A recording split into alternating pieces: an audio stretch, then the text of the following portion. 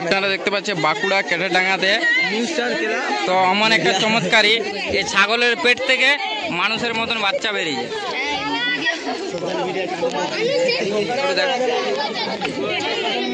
মানে মানুষের মতন বাচ্চা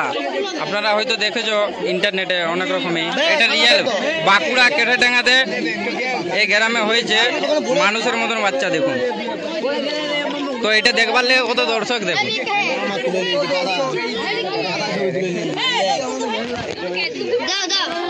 এদের মুখটা ঘুরানো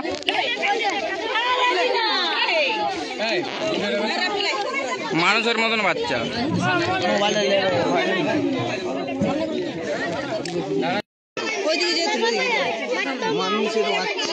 মোবাইল এগুলোকে ধরে দিয়ে না